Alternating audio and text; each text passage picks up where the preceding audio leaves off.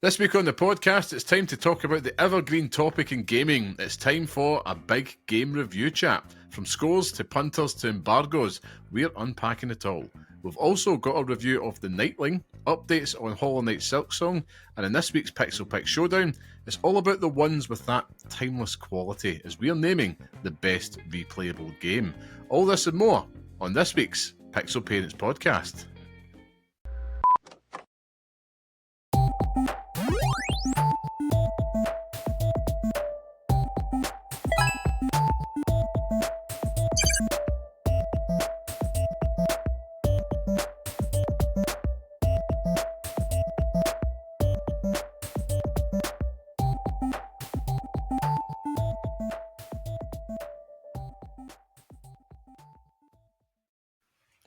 Hello and welcome to the next episode of the Pixel Parents Podcast, the show that discusses all things gaming from the perspective of parents. I am your host, Liam Kirk-Kelvin, and today I'm, of course, joined by the bearded one, Scott, the tastemaker. Curry, how are we, Scott? That is indeed me. And, you know, from the tone of voice, I am fatigued. It has been a tiring day for no reason. I fell asleep on the floor after dinner. Right. My wife and the wee one were just playing beside me and I just fell asleep on the floor. It's like, it just left me there. I woke up and they were just upstairs. It's like, what is going on here, man? You're lost. You know what it's like when you get to our age and you're lying on a surface that is not cushioned. You wake up and the bones ache. And yeah, I truly felt old in that moment. But apart from that, I'm actually all right, to be honest with you. Generally, been a pretty decent week. You know, technological issues aside, it has been a very good week. And I'm on the exciting moments, just looking forward to new games and stuff. But how are you? Yeah, I'm good. It's we're recording this a day later than normal because I've been attacked by gremlins. And by gremlins, I mean my beloved wife. She's the gremlin in this house. It ruined my plans for recording. I'll rue that day. I like routine, Scott, as you know. I do like routine. So it's been difficult. But yeah, no, I'm glad to be back, man. It's been one of those weeks. You talk about old age, right? They're doing that thing in work where it's like, guess what age you are and all that. All right, cool. And they Scott curried me. I thought I was in my 40s. I was like, Jesus, Lord. Jesus, and for the first time in my life, I'm actually thinking about age.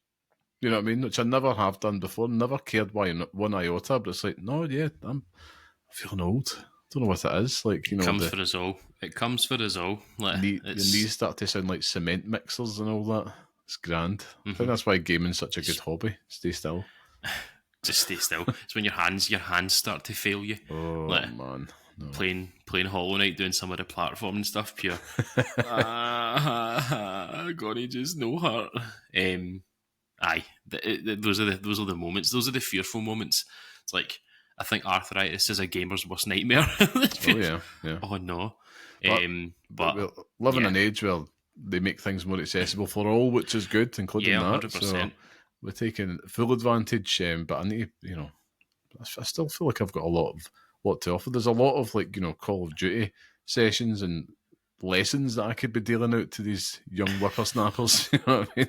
And I'm looking forward to that in the months to come. But yeah, you're right. It's, you know, in the eye of the storm this week. It's just been, forget about the games coming out, so the bloody DLCs, left, right, and centre. But yeah, it's been good. Blessed time as always. And we've got lots to talk about, including some pretty cool little indie title we've been playing as well. But before we get into that, let's just get some housekeeping out the road. So, of course, for those listening, this is the Pixel Parents Podcast, the weekly podcast by parents who game, for those who do the same, where each week we discuss all things gaming whilst raising little ones. Now, every Friday, you can listen and see your old dads talk video games on YouTube, Spotify, and Apple Podcasts. So please subscribe to us on YouTube if you're not there already, so you don't miss our mugs. And if you want to be part of the podcast, come and say hello and share your thoughts with us at pixelparents.bsky.social on Blue Sky, or write to us at pixelparentspodcast@gmail.com. And if you like what you hear and you want to support the show, join our free Patreon so you don't miss an episode and chat with the community at patreon.com/pixelparents. And if you're not on Patreon, you can leave a wee 5-star review on your podcast platform and share this podcast online with your friends. Whatever you do, it really does help us out. And of course, thank you to everybody that joins us each and every week. So, with all that out the way, Scott, you want to kick things off with what you've been playing this week? Indeed, yes. I'll leave the shortest segment for the biggest game, to be honest with you, for Hollow Knight Silksong, because I finished it. I said a lot last week about kind of my feelings and thoughts on it, so if you want to go and hear my initial thoughts and concerns on the game, that's what it was. Oh my god, the hand is up. Yeah. I just want to stop here and say I called this. I told you last week you would finish it and you didn't believe me. So I mean, put it in quotation marks, finished. Like, I finished the first ending of it. The main meat. I finished Act 2. Oh, okay. Now, there is an Act 3, but you have to meet certain things throughout the story to get it, and you have to do certain things, and there's no chance I can be bothered doing that now. Like, I think that I beat the final boss, and, you know, from what I think is the final boss, and got the credits ran, and I was like, yeah, I'm happy with what I've done here. There's no part of me that itches for a platinum playthrough or the 112% playthrough eventually, because it's just something I can't be bothered doing right now. Yeah. There's too many games, there's too many things in my mind, and to be honest with you, I was getting to the point where I'd been like hollowed out. Like, it was fair enough. It was one of the zones at the end was just ruining my life. Boss run backs for days. Probably the most egregious boss run back, to be honest with you. A whole gauntlet before you even get there. Mm-hmm. But I still stand by what I said last week. I mean, all those points aside, that it's a phenomenal game. It'll definitely be up there, potentially top 3 for Game of the Year for me this year. Yeah. And it deserves all the plaudits that it's getting, because it's a phenomenal experience. The fact that we're looking at this title that took this long to come out, and as it's successful as it has been, we're still seeing people right now, you know, droves of people on the internet still playing it, picking it up for the first time, which is excellent. And as I said last week, it improves on everything that Hollow Knight had done. It does get a few things wrong, you know, getting there. I do have some sort of, you know, criticisms with regards to sort of boss run backs, but, you know, as I've seen online this week, you can't give any valid criticism for it, because the whole internet will destroy you from the moment. So I don't want to have that legacy on the internet to be, you know, cancelled by Hollow Knight. So I'm just going to say it's great, and I love every single thing about it. But it's been a weird week, Liam, because I finished that, and then it was like, what now? You know? Yeah. We obviously had this other game that we've been playing. You mentioned it in the intro. I'm going to leave that for both of us to talk about, so we can have a sort of better conversation about it. The next game that I started playing is actually following on from the Nintendo Direct. The one more thing in the Nintendo Direct was obviously the Fire Emblem game. Yeah. And I was like, I've got Fire Emblem, 3 houses there, and I have to play it now. Like, now is the time for me to pick this game up and actually give it some time and some space and some energy. So I've been playing that, and I am hooked. Hooked like never before. It's phenomenal, man. Oh no. The turn has happened. We've lost Scott forever now. It's disgusting. Looking at the time it takes to complete in terms of, like, you know, completionist routes, even just a normal playthrough, is just disgusting. But I was playing the save that I picked up before, and I'd played it for maybe an hour and a half, 2 hours, and it was very much like, I have absolutely no idea what I'm doing in this game. It's like I've been a big advocate before of having wee tutorials or something when you actually log into the game for the first time after a while, and it's it does nothing like that. It's just like drops you in all these menus, and you're like, oh my god, I am lost. I have no idea what I'm doing here. So eventually I was just like, I'll finish this fight, see how you got on with the combat, and then we'll just pick it back up again and restart. And that's what I've done. And as I say, I'm obsessed with it now, Liam. Like, it's disgusting. Disgusting how good this game is.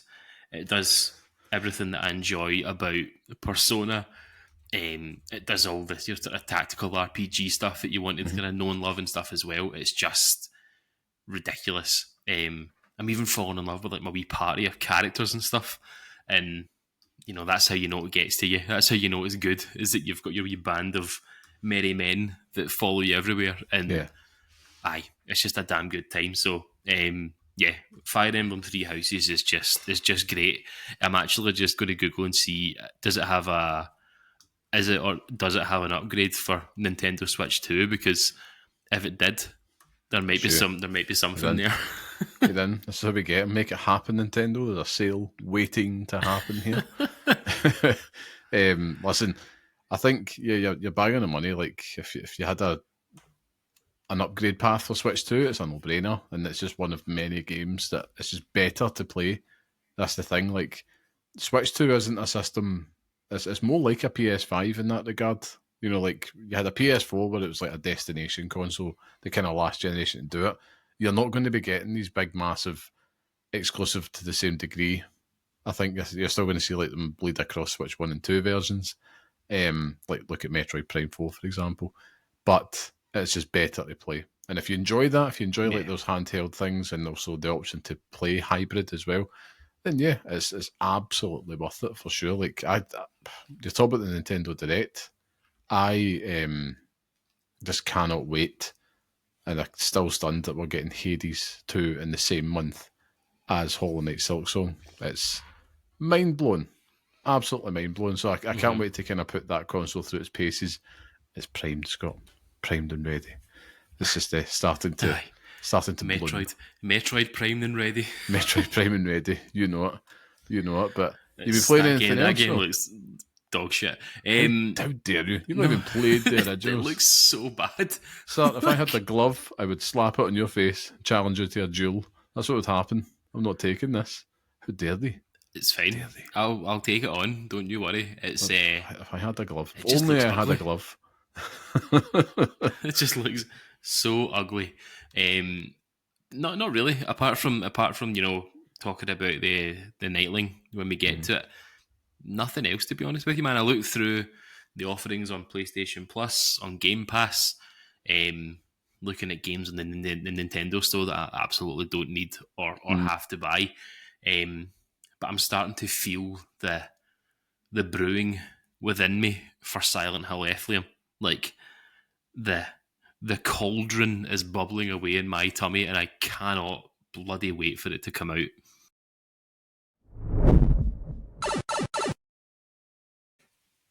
And we are back. So the Gremlins had struck again, but pick up where we left off there, Scott. So we're about to just jump into a discussion about the Knightling, a game that we've both been playing over the past couple of weeks. One I've been pretty excited to talk on the show, but also talk to yourself about, because really can you get your thoughts on this one, Scott? So, I mean, in typical Pixel Parents fashion, would you please kick things off with a score you would give it, and then we can... A score? Yeah, I mean, I think it's probably a good idea to let people know what it is in the first place. Because here's a random game that you've never heard about, and here's a score for a game that you've never heard about. But when you look at their page on Steam, the Knightling is an open-world action-adventure game where you play as an aspiring knight in search of their missing mentor, Sir Lyingstone. Equipped with only a legendary shield, you'll brave your way through the lands of Clesia? I always get that one wrong.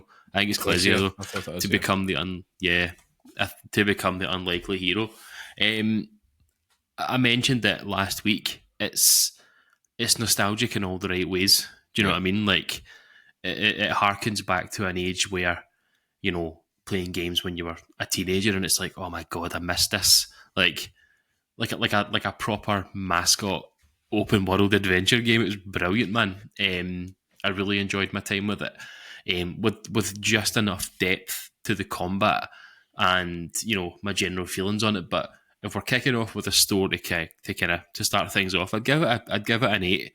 I think it's a great game. I think there are a few things that do let it down, but all in all, it's a brilliant wee title. Like, I think this is a mainstay on the console just to dip in and out of, especially with the Wii one, because she's enjoyed playing it as well. So dipping in and out of that will be something that I think we'll do for a while. But what about yourself? Yeah, I'm with you, man. I would give it an 8 as well. I think which is great on our scale. Totally with you. I've really, really enjoyed my time with this game. And beating it, I think it was something I thoroughly enjoyed, just kind of really getting into a groove over the weekend there, having started the week previous. And it is just like, it's so like, charming is the word. I think charming is the word that springs to mind for me. I mean, I think going through this world, which just looks like it's been made in a storybook, it's just the colours and the actual colour palette and style itself, it's really just evoking retro vibes right off the bat for me, Obviously, the biggest comparison here is like your 3D Zeldas, right? If you're a fan of that, but you also like Spyro the Dragon, even Fable was kind of coming to mind as well. Those type of vibes, which is pretty good. And yeah, I felt that warm retro vibe was just there in abundance. But what I also appreciate is that it's not a long game as well.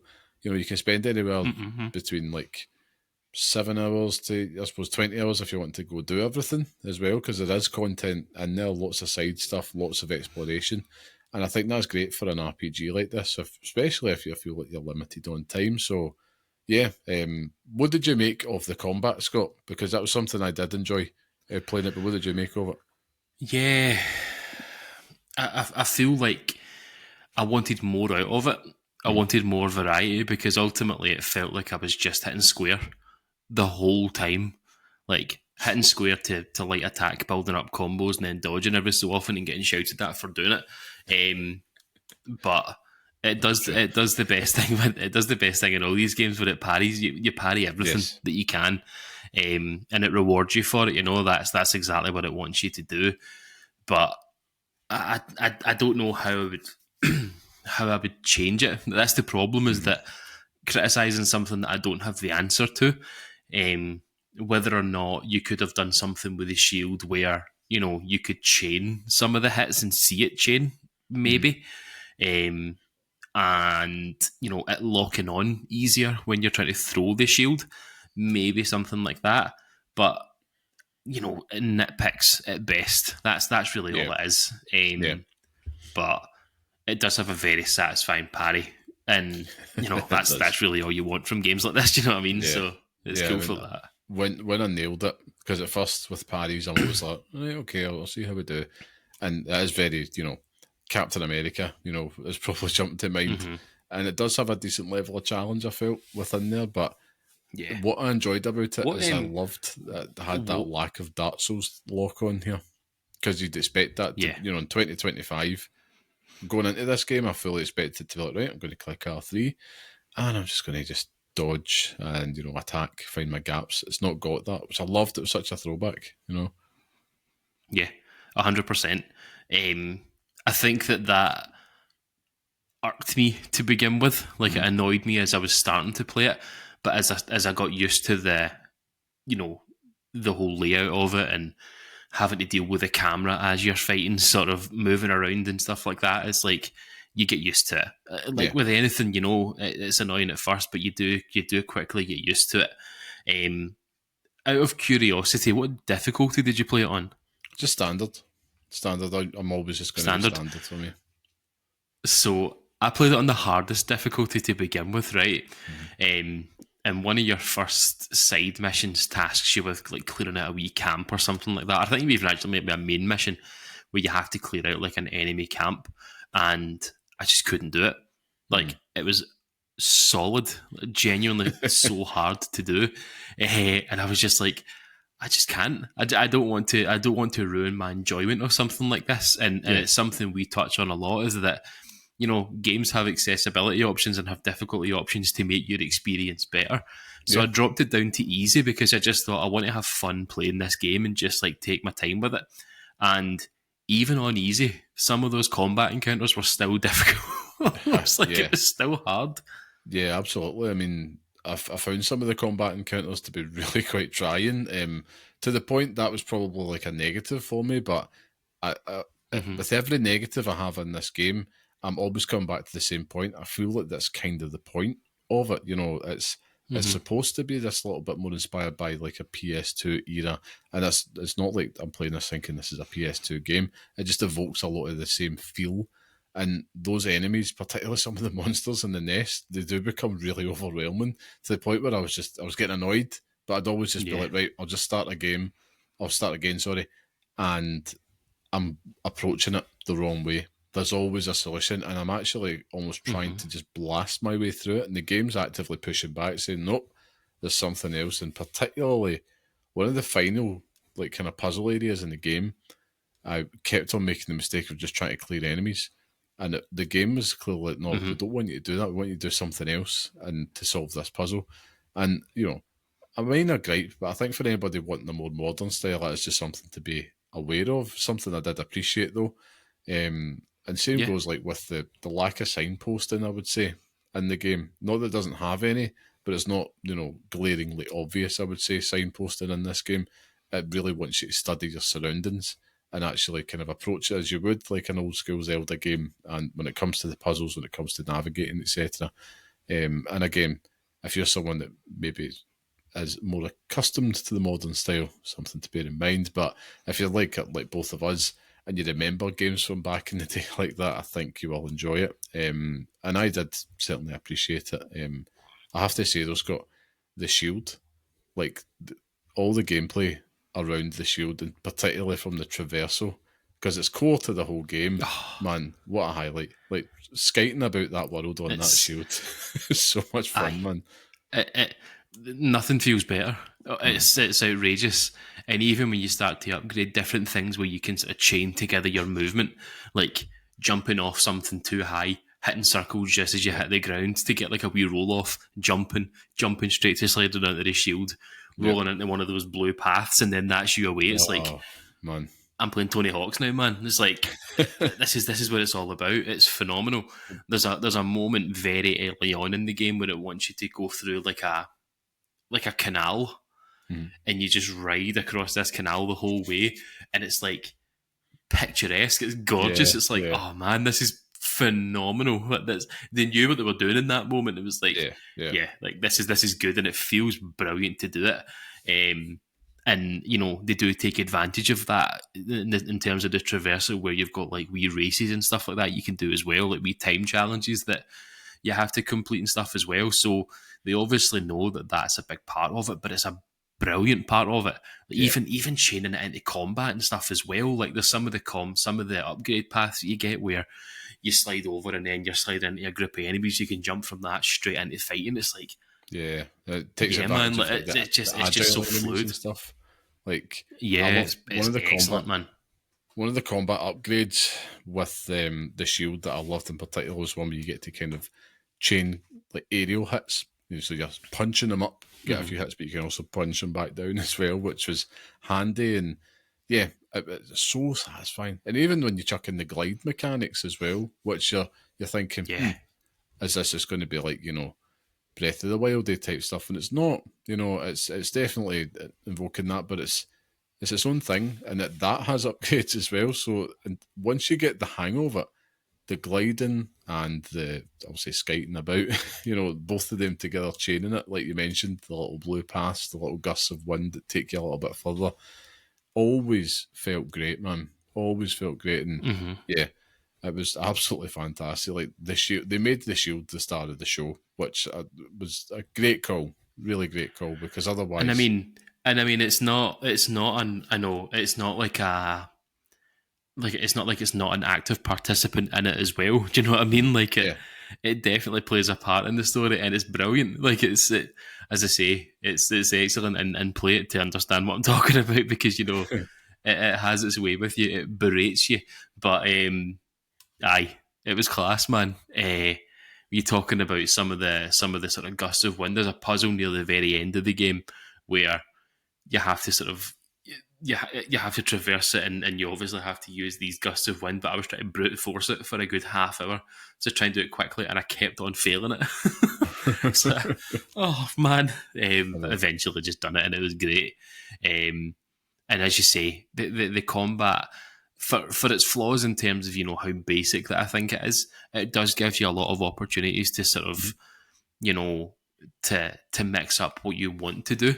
And you do get your upgrade paths and stuff, and the upgrade materials for it are plentiful. Like, you don't feel that you're ever in a place where you can't upgrade. You always have, you know, things there to do, and things there to upgrade it. And even like talking about, you know, inspirations with like Zelda and stuff like that, even like, you know, Breath of the Wild and stuff, where you've got puzzles in the game. Some of the puzzles were killing me to begin with. It's like, I have absolutely no idea what you want me to do with this. Like, this big purple block, what am I doing with this thing? And then all of a sudden I'm just like, that makes complete sense. And then it all comes together in the end. Phenomenal, man. Brilliant stuff. It's great. I mean, the other thing I want to mention on it is the story. You know, I did enjoy the story. You know, it's not earth-shattering, but it was charming. I felt it had a clear sense of purpose throughout it. It's pretty cool revelations, and an ending. I enjoyed the ending. You know, it left me wanting more, but I did enjoy where things left off on it. And yeah, I'm not going to spoil any details naturally, but I think ultimately, walking away from the Knightling is something I would recommend to anybody that does want a little bit more of an old school vibe, romp, you know, an RPG fix, but doesn't want to commit 100 hours as well. And you mentioned it as well now. Not that we play games to recommend to wee ones. Not am I doing that. But I think, you know, as a fellow parent playing this around the wee ones, it's been great. Like, they're instantly allured by it. And yeah, I think that there's a real sense of joy, like, radiating from this game. And it wants you to play it. You know, it's just very, very simple. I think if you looked at that game, the controller, you want to pick it up and you want to start playing it. And yeah, it's great. It's a total gem of an indie title, I think. Even things like, you know, humour. The humour in the games, like, it's funny. Yeah. Like, it has its own sense of humour. The music in the game's phenomenal as well, I'd say. It's got a great soundtrack. So we need to stop on that for a bit. Yeah, because the soundtrack in this game, like, I don't think it has the right to go that hard, man. Like, what game does? But my God, it goes hard. The soundtrack's amazing in this game. Like, you're really taken aback. It's just cool to have something like this, because this is potentially something that, you know, I maybe wouldn't have even looked at, especially this month, given, you know, Silksong and stuff like that. But having it there to play, it was like, I'm glad that I've done it, and it's made me more appreciative to, you know, having a look at these games on the PlayStation Store, on the Xbox, you know, everything like that, on the Switch and stuff as well, like trying to take advantage of some of these games, because when you do give them a chance, they might not be these AAA experiences, but most of the time they give you something there that is really interesting. Like the shield, the traversal on the shield thing is something that if there's a Knightling 2, you know, that is in spades. You just have to take advantage of that to begin with, like, and just make puzzles galore out of that. But even this year, playing like Ruffy in the Riverside, for example, not the best game, but it had that swap mechanic where it took advantage of something completely different that I hadn't seen in a game before.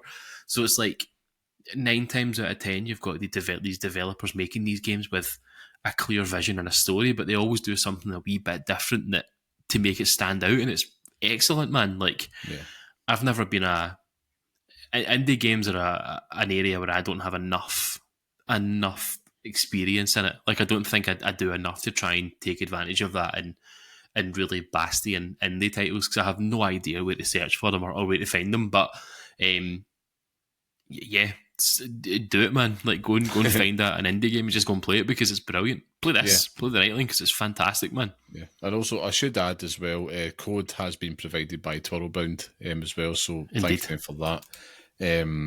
So yeah, you can also take this review with a pinch of salt if you wanted as well, but I would still say it's still a fantastic indie game. You know, I would say we're playing this on PlayStation 5 Pro.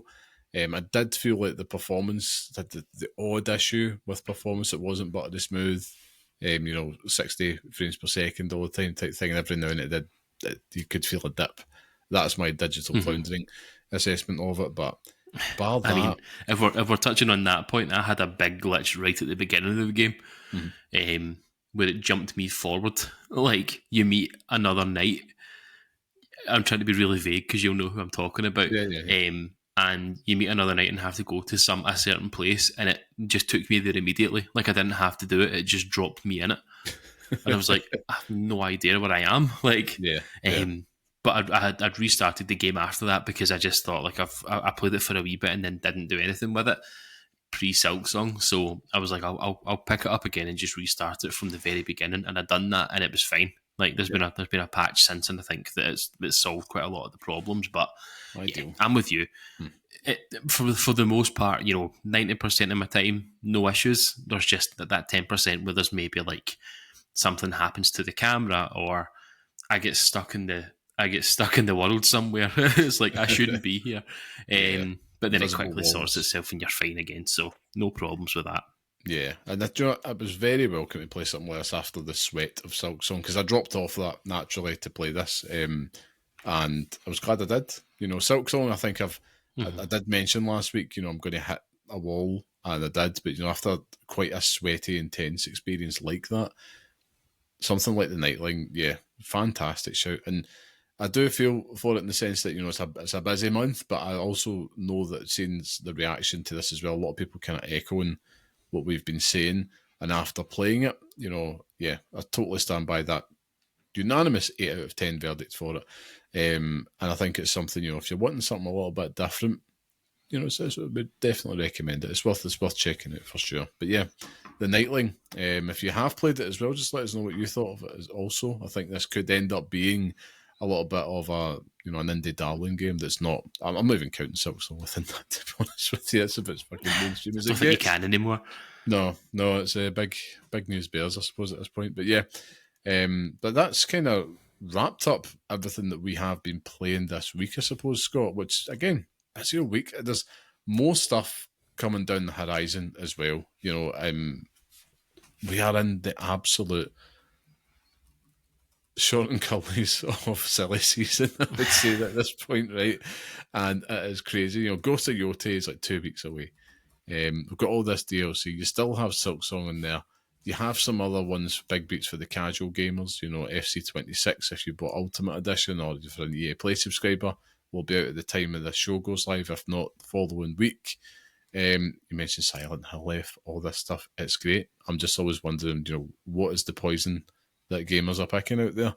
A lot of games I want to play myself, but we'll get to it. But before we move on to the main topic, if you do enjoy this show, of course, you can support us and join our free Patreon community. So visit patreon.com/pixelparents for every show, chats, and bonus shows, including Side Quests with Scott, free all the time. And of course, you can listen to this show on YouTube, Spotify, and Apple Podcasts as well. Now, out the road, Scott. It's time for us to get into the main topic. So there's been another big game out in the past week that neither of us have played.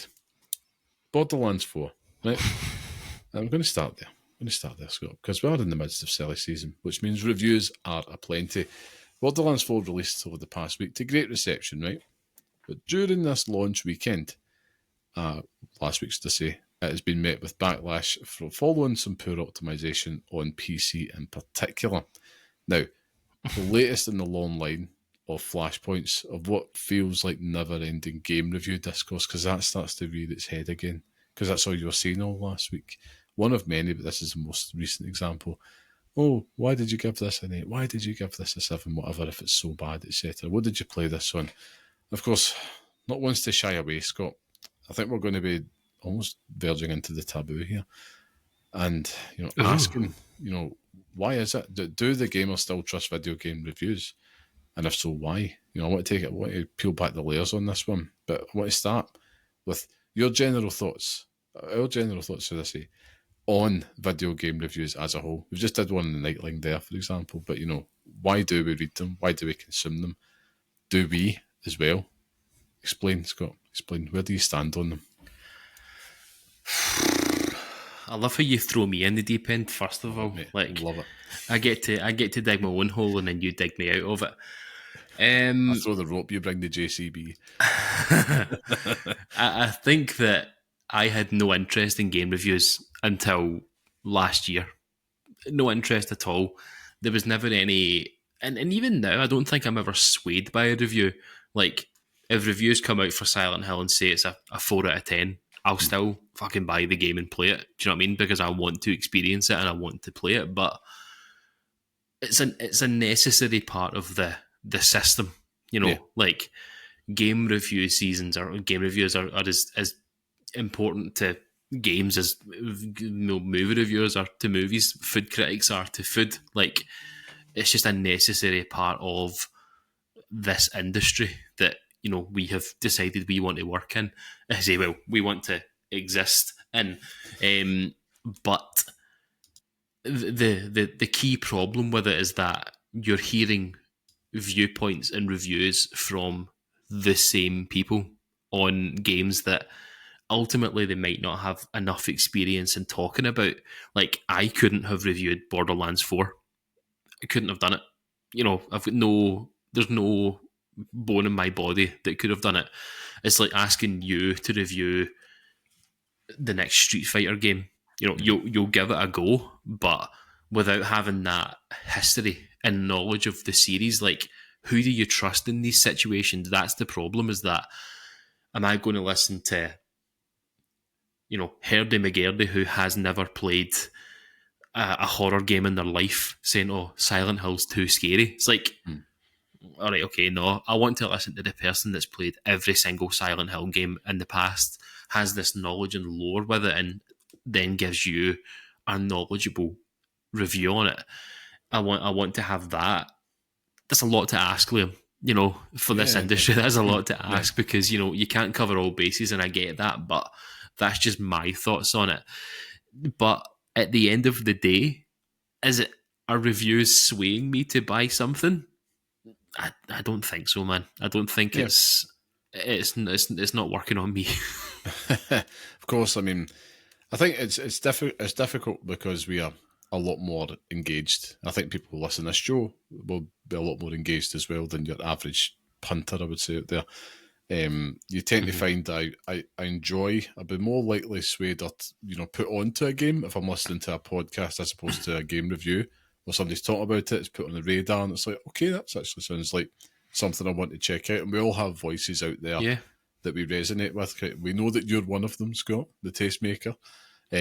So, you know, we've got people out there, and I think that's always the best approach. But for me, you know, game reviews ultimately, for me, I think we can't lose sight of the fact that this is a consumer market and that they are product reviews. So you're effectively giving someone shedding light, an opinion on a product and whether it's good or not according to them. The thing that's more and more difficult now, though, is we're going from like the magazine era where it was like, cool, that's fine, to the kind of social media era now. And it's less so about the publication telling you whether something's good or not, it's more about the individual. And that kind of, that changes the tone of voice, that changes how it's coming from, and it makes it more difficult for the reviewer because it's it shouldn't be, but it can be a dangerous sport because for every person that's going to be rational, you're going to get either people going to be very defensive about a game or even worse, just like, oh, you know, you're taking a big bag of money for that. And it's like, believe you me, have you seen my flat? You know, it's like, I ain't getting money for this review. And it's one of those things where, right, these are people, it's enthusiast press, you know, it's enthusiast media. We're part of it, although we're the part that's not making any money. But there's people doing that out there for a living. I don't envy it. And the problem is, I believe that it has just become more dangerous in this ever more divisive space that gamers always seem to fucking spearhead. You know, if the internet's divided, the gamers are like, we were like that 10 years ago, bring it on. But it's one of those ones that, but they do become flashpoints because there's still, I mentioned this the other week, we are a hype-led community. So when the reviews come out, they're almost seen as like a talking point. And I do feel like game reviews have kind of lost sight of the purpose behind it. And a lot of probably younger gamers out there look at that as a very knee-jerk, like, oh, it's a 7. They're saying it's bad. Like, we're in the point where a 7 out of 10 is seen as bad, which is crazy. 7 is good. And the fact that you have publications coming out having to justify the numbers that they give them. It's like, mental. It's the justification is in the review. Do you know what I mean? Like that's what it is. So read the review first. It's a huge concern. It's one that actually, this week came up with, I think it was the VGC review of Silksong. I don't think it wasn't any of the usual suspects is probably not the correct term for it, but the usual people at VGC. I think they got someone else to do the review for them. Oh, like a and it blew up. Yeah, a guest writer, and it absolutely blew up because they basically said that, it has its flaws. And all of a sudden, you just had people coming in like absolutely shitting on this person for writing the review. I want to find their name. Bear with me. I'll try and get the details because it's unfair to not give them. I mean, you do. You hate to see it. You hate to see it. Ashley Schofield was the one that reviewed it, and it was 48 reposts, 123 quotes, 338 likes, and it's people just saying, look, it's a well written review, but this is why they don't agree with it. And I think that's fine, but it's just like people saying like, you're just not good at the game. Like you just don't, you can't have criticisms for games now if people love them too much. Do you know what I mean? Like they attach their whole lives to these games. And I've been guilty of it myself. When someone says a bad word about Hideo Kojima, I've been known to throw the toys out the pram, but get the keyboard out, the keyboard warriors here. Yeah, correct. You're absolutely right, but it's a dangerous thing to criticize games now. Do you know what I mean? Because your reputation is at stake at that point. Okay, so I mean, I do not envy it, even though this is something that we get to do game reviews here. It's a total privilege and a total joy, but at the same time, my livelihood's not dependent on that. For somebody that is, my heart really does bleed. That individual there, commissioned for a massive game review in Hollow Knight Silksong, brave in terms of being actually honest about it. It's like, here's what I really think about it, 3 stars, right? Okay. And the problem is now that fans of the game take that personally. They go full Michael Jordan. And it's like, you can not like the game, it doesn't mean they don't like you. They're two very different things, and this is the endless cycle of game review discourse. We are now contributing to it, which means that I now hate myself because I hate it when the discourse TM appears on our timelines again, because it's like, it's just a review, man. Just chill out. And it leads me to something I'm surprised that hasn't happened in this social media era, is that pulling away from individual people on behalf of a publication giving a score. And I always felt like maybe the way around it is that VGCs and IGNs, the big boys out there, they just don't put a writer's name on it. And it's like, this is the VGC verdict, this is the IGN verdict, and it's almost anonymising it. But of course, as we know, Scott, people that harbour any type of intent to being a journalist are a little bit narcissistic, and we do want the praise and we do want the credit. We like getting the credit next to it because we've worked on it. We've worked hard, but it feels good. It's like, yeah, I've written for this, I've written for that, and here's my name next to it. So it's not really an ideal situation, but this leads me to the next point, which is content creators, muddying the waters. Borderlands 4, I'll come back to that. And it was interesting now, I'm paraphrasing here, but that was a game that wasn't widely given out to review codes wise to a lot of the major mainstream places that you'd expect. But however, you did see a lot of content creators with it. And that's the age that we're in now, as an example, which is people like us, content creators. Have we muddied the waters from like the big boys as well, where we've almost democratized opinion to the point where someone who was in the past a magazine writer, professional, getting paid to do it, versus somebody that's just paid to do it, if you know what I mean. So there's someone who's getting a salary and there's someone who's paying money to do it. In this case, like any clown, we're clowns, right? I can go out and buy a game and I can review it. I can do that. It's that old thing out there. Not everybody should have a podcast. But maybe that's something I should have listened to. But it's like, has that kind of muddied the waters? And because of that democratization of opinion, we no longer are in the space where, well, that's an expert opinion. Because you're right. I could go and review Silent Hill F, right? A game that I am a shite bag for, something I'm not going to enjoy. But I could go buy the game, slap a 4 out of 10 on it. Some poor soul could read that and it's like, nah, it's not worth it. Whereas you're better off listening to someone as a product expert, knows the series well, knows the genre well, and can give you a bit more of an informed review to influence that purchasing decision or not. What do you make of that?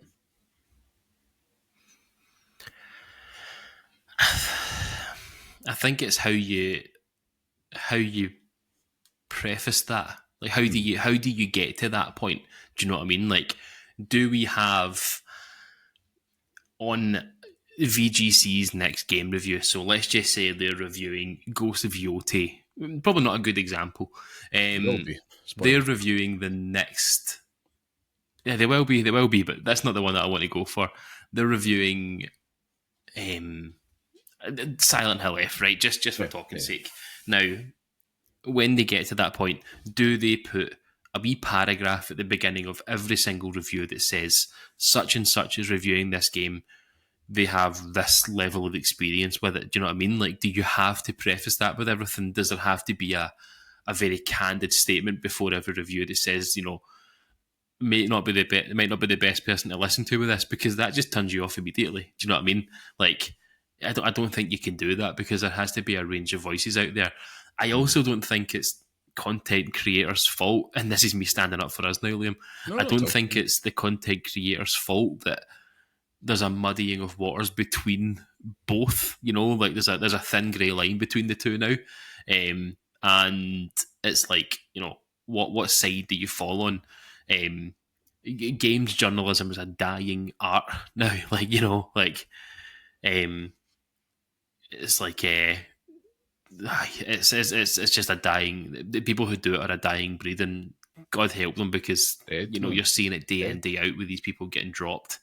Yeah, but content creation is the way to go. You're seeing it with Giant Bomb and stuff like that. Do you know what I mean? Like, they're just now content heavy, kind of funny, massive content, min max, different things like that. Like, loads of these content creators just piling on. You know, scroll through TikTok, scroll through Blue Sky, scroll through your Instagram, and you're seeing it there all the time. And I think that's just the nature of the game now. You know, like, I don't think we're that far away from seeing a massive UK-based, correct me if I'm wrong, but I don't think there's anyone in that space, a huge UK-based publication or content creation for video games. I'm not sure. I might be completely wrong about that. The closest would be VGC, to be true. You know, but they're probably taking a more old school. But they still seem to be. Yeah, they seem to still be flying the flag for, you know, basic game journalism. Do you know what I mean? Like, they're still doing that day in, day out. And that's why you have places like Kinda Funny, where they're doing their games daily, and 9 times out of 10 it's, you know, Jordan Midler that's writing these stories. I'm trying to remember Andy Robinson. What's the other one called again? I can't remember his name. Chris Scullion. Oh, God. Chris Scullion, that's the one. Couldn't remember it for the life of me there. But it is just one of those things where you're seeing it more and more now. They're filling the briefs on these. So I think that we're seeing the death throes of games journalism, and you know, that's the reason why the content creators are taking over with all this. I think that's the reason why we're seeing it more and more. I mean, the past trend and the game reviews and that, it's always the flashpoint, sadly, you know, when you look back at the dawn of the internet era and Gamergate and all that stuff, and then people starting to believe all this, you know, misinformation that people are getting paid bribe money to give good reviews and all that shite. But that's not what I'm talking about. It used to be the trend that, you know, particularly if you were in the main of mainstream video game journalism, you do your time, get a couple of things, and the ones really, really passionate about it just move up to like really big, you know, not just gaming related publications, like Jason Schreier, for example, at Bloomberg, Kes McDonald at The Guardian, for example. They're ones that are springing to mind, but naturally they would get so far, and then of course it'd be like, right, let's just move into the industry now, and they go into comms and marketing. And now the new pathway is open, which is good. Is that I don't want to stop doing this, so let's start a Patreon. We've got tens of thousands of subscribers. Let's actually take it out there and give people the voice.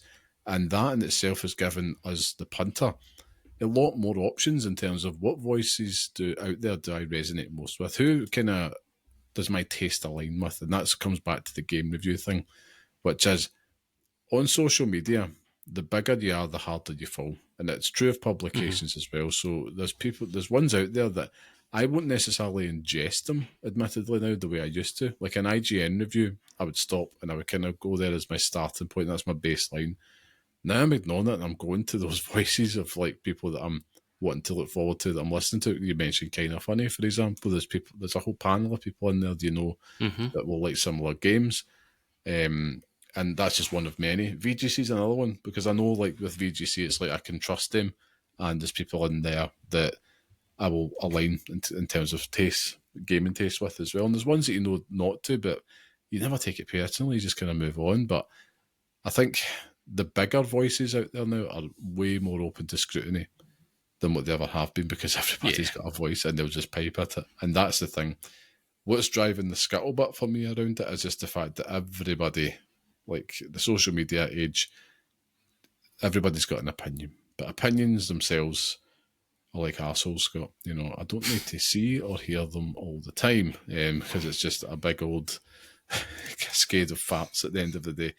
Not that we've not to have them, but I think also respect the time and the craft that someone's put into to make a review. You know, I know myself, like I've been fortunate enough to have the opportunities to review games for a long time, longer than I care to admit, to be fair. And I remember the first time I got it, I was like, right, what now? And it was, funnily enough, one of the first ones I remember getting to review wasn't the first, but one of the first big games was Borderlands 2. And that was an absolute pressure bomb, because it was like, this game's fucking massive, and what do I do? And it's all that stuff that you don't see. All you see is this person's got something for free. That sounds fantastic. It's the considerable time constraint that you don't see. And particularly for smaller creators. So for example, right, spoiler alert, we won't be getting Ghost of Yoti to review, and nor are we going to review that on day one. I'm sorry, but you'll get our standard thoughts, and then way after the buzz, you'll get final scores when we've actually had time to beat it and play it properly.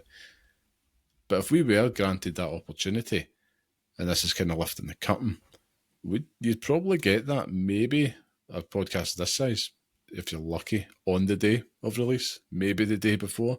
So there's never a chance you're going to get that opportunity to ride the wave of engagement, which is good though, because it's just not the style of this show. And of course it should go to the bigger ones, because it's all part of the marketing cycle and reach wins, etc. But yeah, the problem is now, I think we gamers have kind of lost sight of the craft and the time, I think. Or some gamers, should I say, have lost sight of the time and craft, and particularly the younger ones.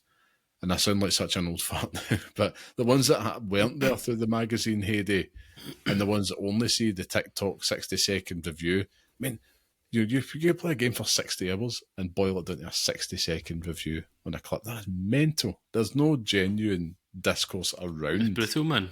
What's in the game? It's mental. Trying to do it is fucking impossible as well, though. Like, yeah. I've tried to do it for games on this show, and it's difficult to try and boil it down, because if you're making videos on TikTok, the longer they are, the less people are going to watch.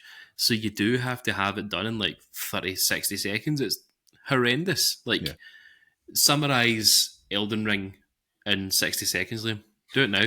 Couldn't if I tried. Nah. I'd probably get as far as telling you what Limgrave's about, and then that's it. I cut off. I mean, I would spend 30 seconds trying to remember the name of Limgrave, so you're doing better than me. I'm still on my way through with the RKG boys, though. Shout out to them and retry. Go watch it if you haven't already. It's a fantastic laugh. Still got a good 60 odd episodes ahead of me. It just recently wrapped up 3 years worth of content. Now that is something you got to appreciate. But come back to the review chat though. The other thing is, right, we come back to the purpose of this show, right? We're two old dads talking about gaming. Lucky that we can give our opinion. Hopefully it resonates with fellow gamer parents out there. That's the whole point. Because we'll talk about it like, is it too long? Is it something realistic you're going to find time to play, etc., all that shit. And stuff that we care about. But my son has started to dip a toe into the world of YouTubers, right? Another day, I enter, and he's got Ali A. So if you remember this guy, Ali A. God, Used to play Call of that's Duty. a blast for the past. Call of Duty guy. Well, now he's just playing, I would say, Kid Slop, like Mario Odyssey, like mods and stuff like that. And it's weird, but it's, I'm sitting with him because I'm like, is there going to be swearing? But he's watching this, so I'm like, okay, watch that for 20 minutes. But this is the reality, is that kids are indoctrinated way before we've had kids. I'd say for the past 10, 15 years. And, your wife's a teacher. And it's like, right, what do you want to be when you grow up? YouTuber. And they talk about the whole opportunity to view games and all the rest of it, building up these things. And it could just be given to them because they've been doing it for so long. And it's a commodity. Next thing you know, you're getting influencer swag, all the rest of it. And it's just very different. And there's part of me that feels like, the craft is kind of lost a little bit because it's very much another part of what this industry's biggest thing it has going for it, but also its biggest curse is that it's just hype. Just hype. And if it's not, it's clickbait over negative. There's no middle ground. There's no nuanced discussion. And there's some older YouTubers that have really cracked that. And every single review is a negative. Like, oh my God, it's like, here we go. It's like, I tried. It's terrible. It's just a picture of them wide-eyed. And it's like, come on, like, does it need to be so black and white like that? And I don't believe it is. I think there has to be much more room for a more nuanced discussion around games because, they're made up by talented teams of wizards. And, That's what people lose sight of, though, is that there's people behind the scenes actually making these games. It's like, granted, Dragon's Dogma 2 can, die on a hill, but I do appreciate that many people made that game. Do you know what I mean? Like, that kept people in employment for many moons in creation. So, I mean, that's the great thing about it. But yeah, I'm with you on it. Like, it's just too easy to bash games now. It's easier to make a game shit. Easier to make a review shitting on a game than it is to genuinely go over some of the good points of it. And if we were to go on to a YouTube video tomorrow and say Mafia: The Old Country is the best in the series, the best the series has been in a very long time, you're guaranteed within the first 3 seconds of someone watching that video, they're like, no, it's no, mate. No, it's no. Like, you're even seeing it on TikTok videos that we put out.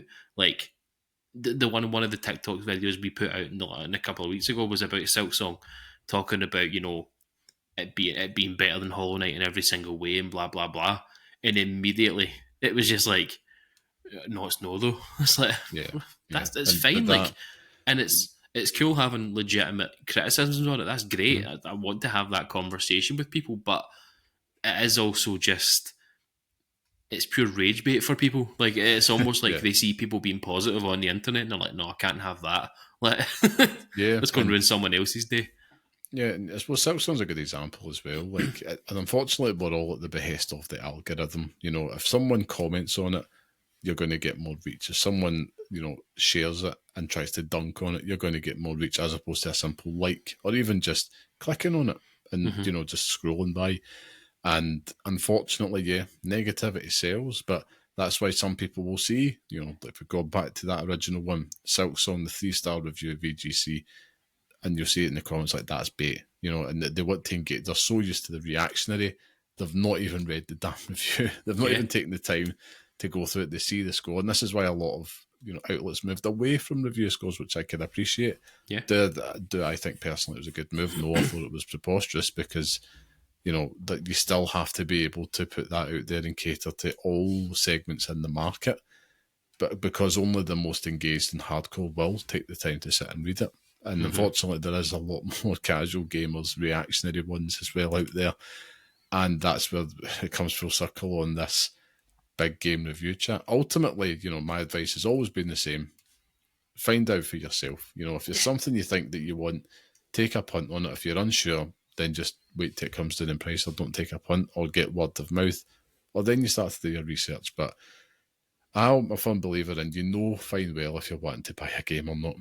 You know if you're going to burn the hole in your pocket. Very rarely will I go, I can't remember the last time it's like, I'm not sure in this game, I'll go watch reviews and then pick it up. I actually think Dragon's Dogma 2 might have been one of the last times I did that. Maybe as well, I suppose, from yourself, Final Fantasy VII Remake, just kind of getting that word of mouth. all these reviews come in different forms, which is good. And I still think ultimately for me, they're a very, very necessary part of the overall games discourse. But the discourse around games reviews themselves, I could take or leave. This is me putting a pin in the whole thing now, because I'm here to say ultimately I'm sick of the fucking chat of game reviews online, and here I am contributing to it. They've turned me into this. They've turned me into the thing that I hate most in this world. They've won. Oh, damn it all. But yeah, it's listen, it ain't going to go away, but ultimately let's just all chill, not take ourselves so seriously. And we can all agree on the fact that Randy Pitchford needs to understand what PR is. That's basically what I've been trying to say. And, has to send out more codes to folks. Do you know what I mean? Like that as well, yeah. What the fuck, Randy? What are you up to, mate? Get off Twitter and fucking send codes to people. But we're not premium gamers, Scott, though. Oh, well, that's true. I'm a non-premium gamer. I do apologise for that.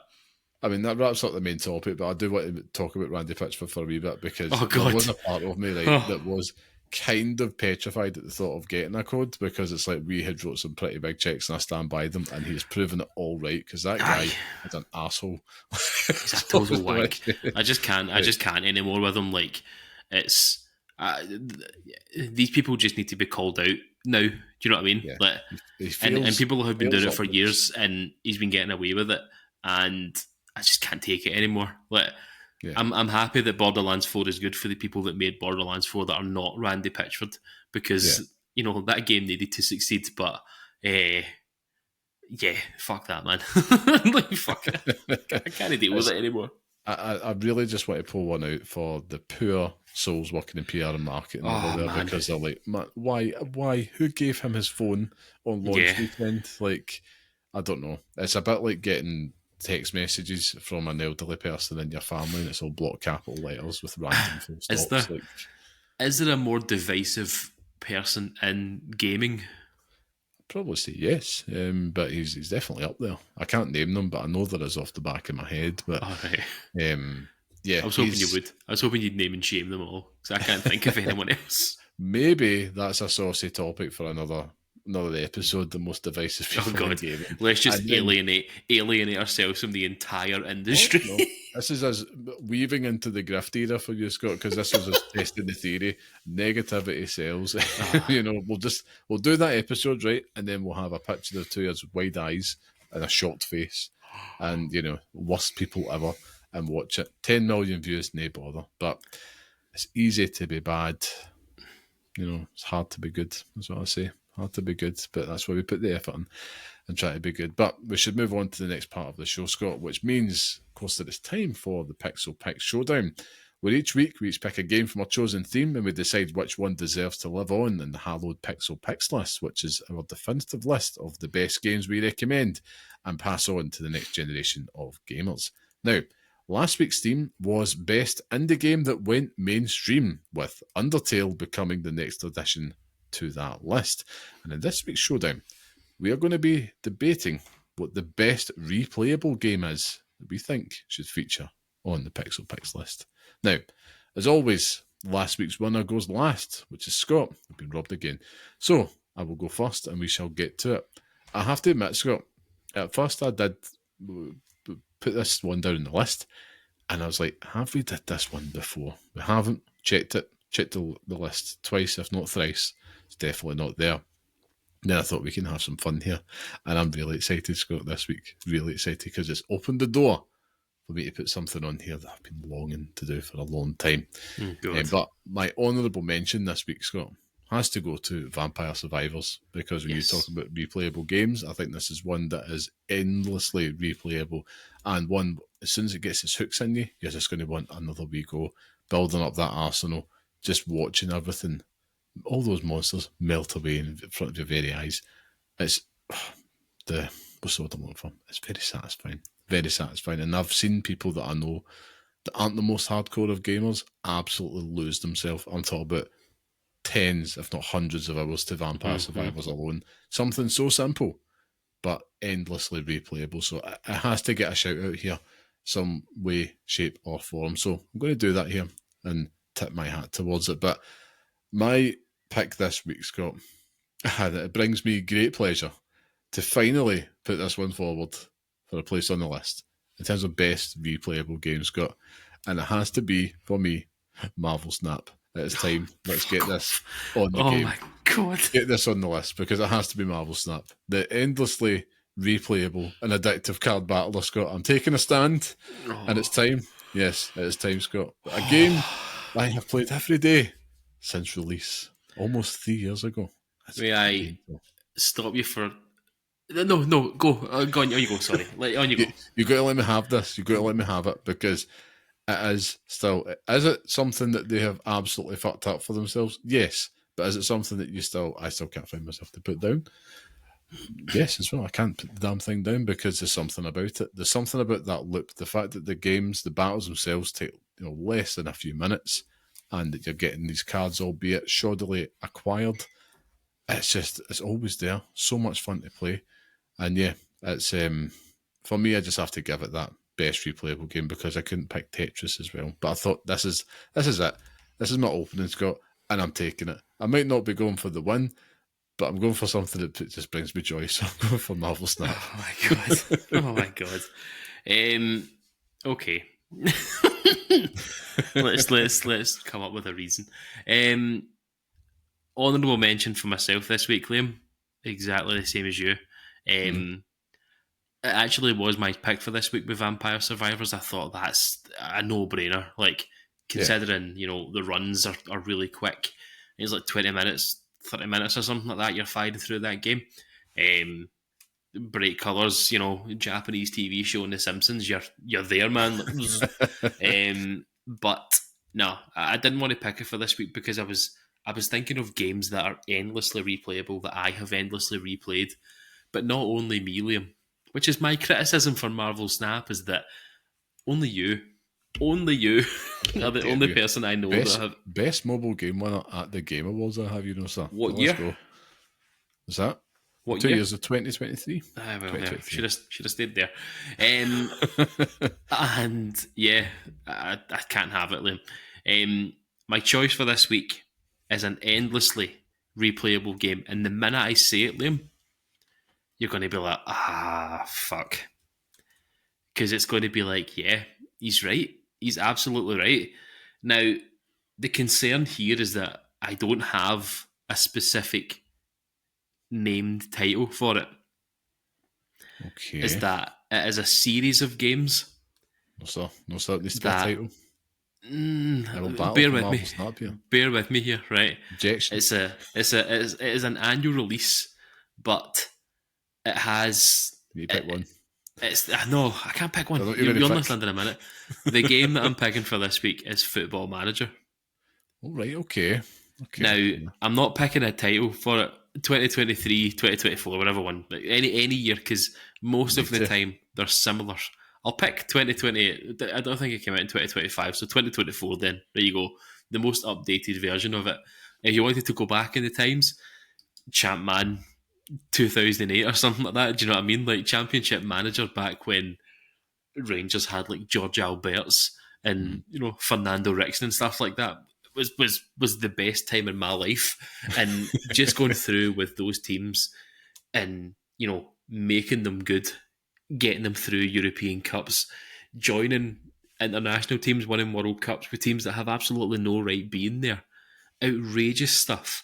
Even the exploits in the game where you could set yourself up as a new manager at Chelsea when Abramovich first joined them, and you'd just buy all of your players for ridiculous sums of money to then just have a cash injection where you could go and buy like Ronaldo for 60 odd million. Do you know what I mean? It was great. But the most recent one, so with football, if we say Football Manager 2024 or just Football Manager as a series, because how different are these games? Do you know what I mean? Mm-hmm. But it's the love affair we all have with football, Liam, where we always want to make our teams better. Like, you love it with FIFA, but with Football Manager, you can touch every single part of that game. You are, you're taking the team on the pitch up. You're taking the stadium up. You are improving the youth facilities. You're creating your own generations to follow it. You're finding wonder kids. You're scouring the world for wonder kids.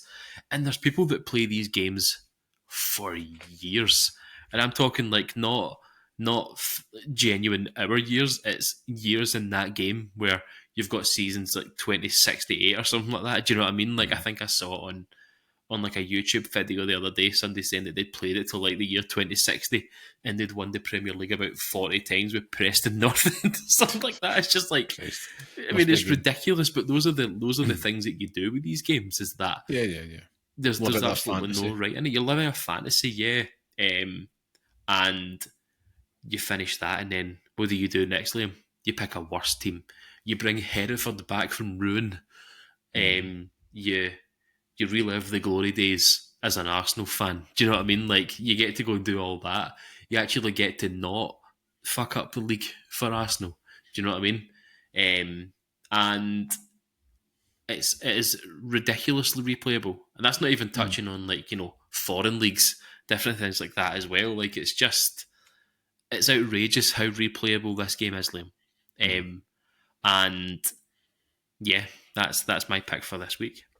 Okay, I'm pleased because I'm going to have to lawyer ball your ass here because you said Football Manager 24, right? Is that the one you're going with? I don't know. I don't think 2025 came out or 2024 never came out. One of them was cancelled, so 2023. Yeah. Okay, so it's 24. Okay, so that's the problem. You've picked a series here as opposed to one specifically. Now, let me continue for the purpose of the court here.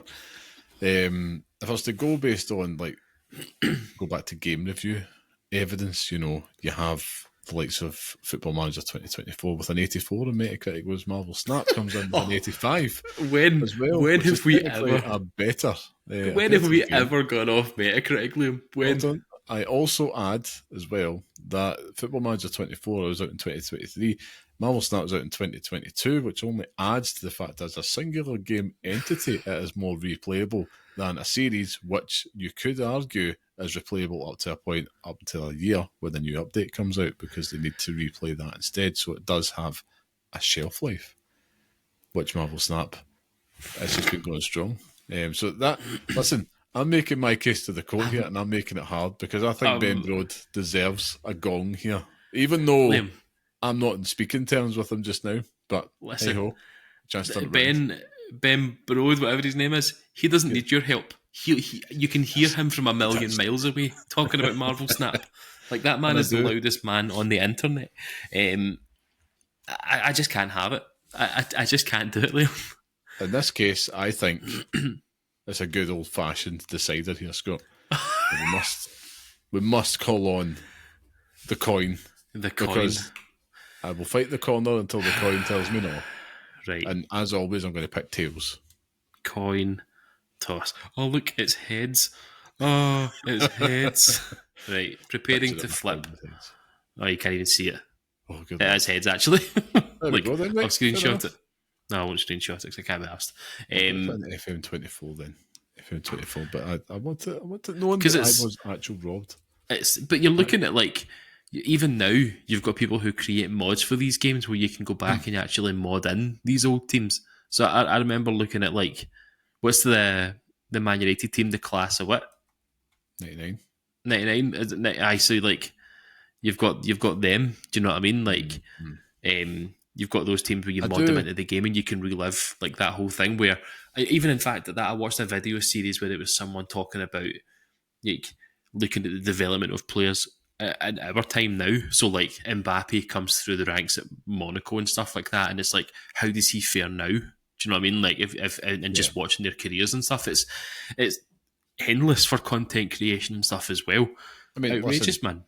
I do appreciate the fact that it's a means for Man United to win more than one game in a row, which is good. You know, talk about delivering the ultimate fantasy. So yeah, it's good that that's there. But, you know, I always all's fair in the coin toss. So congratulations to Football Manager 2024. You've been randomly picked and chosen as the winner, as the best replayable game. I mean, Football Manager in brackets 2024, because yeah, I agree that having to pick one is disgusting, but they're also similar that you could interchange them however much you want to. I actually, when you were going through it, I thought you were going to pick Call of Duty because arguably it's a replayable game, isn't it? True. So, Very true. because you were mentioning annual releases. So no, fair enough. So congratulations to Football Manager 2024. You are the latest addition to the Pixel Picks list. But on that note, Scott, that brings us to the end of this week's podcast. So thank you once again for joining us. And remember to support small independent games media out there. So if you like what you hear and you enjoy the podcast, please share on social media and tell your friends about us, or leave us a wee 5-star review. That really helps us out and makes a massive difference. And remember to join our free Patreon community at patreon.com/pixelparents to support the show. Like I said, you can get involved with all the chats and get Scott's big mug and a free bonus show, Side Quest with Scott. I'll try and commit to that every Wednesday or something. I'll try and do it. Have to now. Yes, it's on the Patreon there for free. There's no cash things up there as well. So means then, Scott, it's test time. So where can people find you online if they want to talk about how you managed to heist your way to the Pixel Picks Showdown in the past 3 weeks? I'm available on Blue Sky at lamaman.bsky.social. Follow us on TikTok and all that as well. Go and find Pixel Parents on TikTok. Go and follow us on YouTube. Like the YouTube shorts. Give us some love. And thank you for last week, by the way, because best week we've had in a long time. So, pretty cool, man.